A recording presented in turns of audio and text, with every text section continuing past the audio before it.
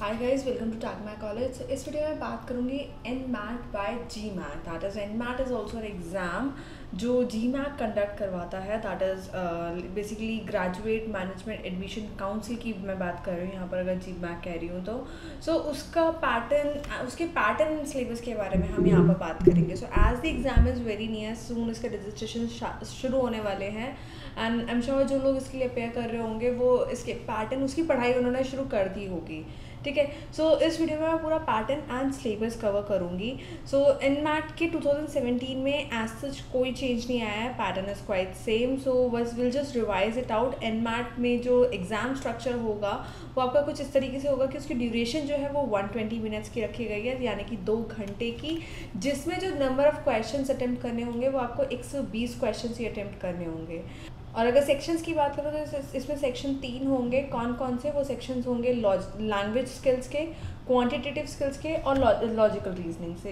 So basically ये 3 sections होंगे जिनमें से क्वेश्चंस आएंगे। तो लैंग्वेज एंड स्किल्स से करीबन 32 क्वेश्चंस आते हैं एंड इसके लिए 22 मिनट दिए जाते हैं। और क्वांट में 48 क्वेश्चंस आते हैं जिसके लिए करीबन 1 घंटा दिया जाता है। एंड लॉजिकल रीजनिंग की बात करो तो 40 क्वेश्चंस आते हैं जिसके लिए 38 मिनट्स दिए जाते हैं। तो टोटल वही हुआ कि 120 क्वेश्चन आपको 120 मिनट में कवर आउट करने हैं। ठीक है, एनमैट बाय जीमैट बेसिकली एक कंप्यूटराइज डिलीवर्ड एग्जाम होता है जिसमें हर कैंडिडेट के पास रैंडमली जनरेट करके क्वेश्चंस आ जाते हैं। मतलब वहाँ पर पूल ऑफ क्वेश्चंस होंगे, तो जो क्वेश्चंस पिक हो रहे हैं वो रैंडमली जनरेट करके आएंगे। एक टाइम पे क्वेश्चन आएगा। So the number of the question, the difficulty level and the time limit for each of this section is pre determined and under normal administration conditions. So basically जो test है वो पूरा administered है। ठीक है, तो जो कैंडिडेट्स हैं they have a choice of selecting the order and sequence of the test sections, so they can have that, they have that flexibility of moving into the one section to the another one. So nmat by gmat जो test takers हैं उनकी मतलब उनको कुछ चीज़ें हैं जो आपको बेसिकली ध्यान रखनी पड़ेंगी।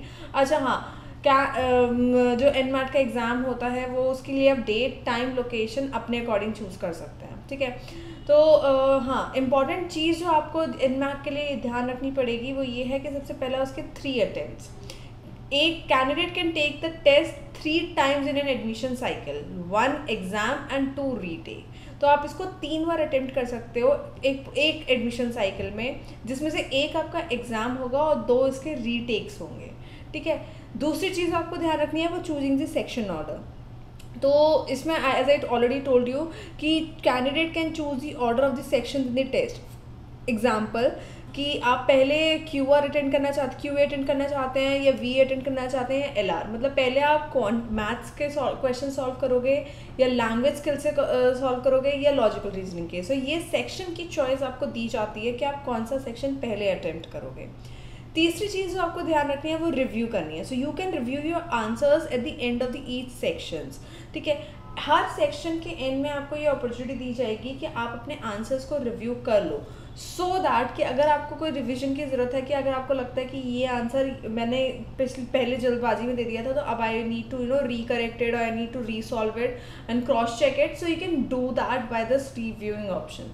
तो ये भी एनमैट में होता है। चौथी चीज़ जो सबसे अच्छी है वो इसमें नेगेटिव मार्किंग वाली चीज़ है। इसमें कोई नेगेटिव मार्किंग नहीं होती। इसमें मतलब आपको सिर्फ पॉजिटिव मार्क्स देते हैं। लाइक मार्क्स आपको मिलेंगे, कोई मार्क्स का डिडक्शन नहीं होगा।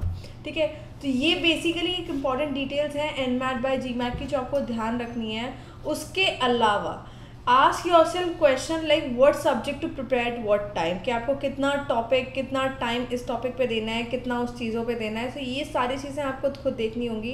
And if you are confident about any topic, ठीक है, तो ऐसे मत करो कि अगर ये तो क्वेश्चन, ये टॉपिक तो मुझे बहुत अच्छे से आता है, इसको रिवाइज करने की ज़रूरत नहीं है। Don't do that, because if you are ignoring it at first moment तो there might be the chances कि आपने प्रॉपर तरीके से उसकी प्रैक्टिस नहीं की हो और आप उसका मतलब वो चीज़ इफेक्ट आप उसके अपने एग्जाम टाइम पे देख सकते हो। कि आप हो सकता है बाकी दोनों सेक्शंस को बहुत अच्छे से अटेम्प्ट कर पाओ, लेकिन जिस सेक्शन में आप बहुत ज़्यादा कॉन्फिडेंट थे उस सेक्शन में तो कुछ इस तरह से हो जाए इन केस आपने प्रैक्टिस नहीं की हो।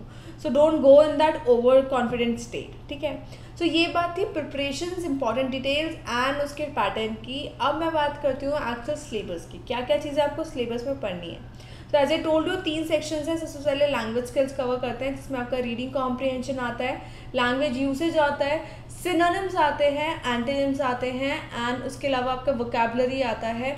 फिर syntax and correct grammar, filling the blanks ऐसे क्वेश्चंस आ सकते हैं, पैरा जंबल वाले क्वेश्चंस आएंगे, इडियम्स और प्रोवर्ब्स तो बिल्कुल आएंगे। तो ये लैंग्वेज स्किल का सेक्शन है जो इन टॉपिक्स को कवर करता है। उसके बाद जो बात करते हैं क्वांटिटेटिव स्किल्स की, यानी कि हमारे मैथ सेक्शन की। तो मैथ सेक्शन की अगर मैं बात करूँ तो उसमें एलजेब्रा सबसे पहली चीज़, फिर अर्थमेटिक प्रोग्रेशन ले लो, अर्थमेटिक मीन ले लो, अर्थमेटिक एवरेज ले लो, सारी चीज़ें। ट्रिग्नोमेट्री पूरा का पूरा कवर होता है, स्टैटिस्टिक्स भी आता है, number system, ratio and proportion, probability, interest which also covers your simple interest and compound interest, both of them. फिर आता है पाई चार्ट आपका जो इंपॉर्टेंट हो जाता है, परसेंटेज भी as well as profit and loss and उनके बहुत सारे क्वेश्चंस, एंड एवरेजेस की बात की जाए तो वो भी आते हैं इसमें। Time, speed and distance related questions भी आते हैं, paragraph followed by work and time, permutation and combination. तो ये कुछ क्वेश्चंस हैं, ये जो कुछ टॉपिक्स हैं जो डेफिनेटली आते ही आते हैं। इसके अलावा अलजेब्रा में लीनियर एंड क्वाड्रेटिक इक्वेशंस तो आती हैं, कोऑर्डिनेट ज्योमेट्री को मैंने यहाँ नहीं लिखा है लेकिन वो भी आता है, and number systems as I specified, 2D and 3D geometry with statistics. ये सारे टॉपिक्स हैं जो बेसिकली आपको क्वांट में आप प्रिपेयर करते टाइम देख सकोगे, एंड अपने मतलब क्वांट सेक्शन में इसी टाइप के क्वेश्चंस आपको मिलेंगे। So this was the second section, this is quantitative skills.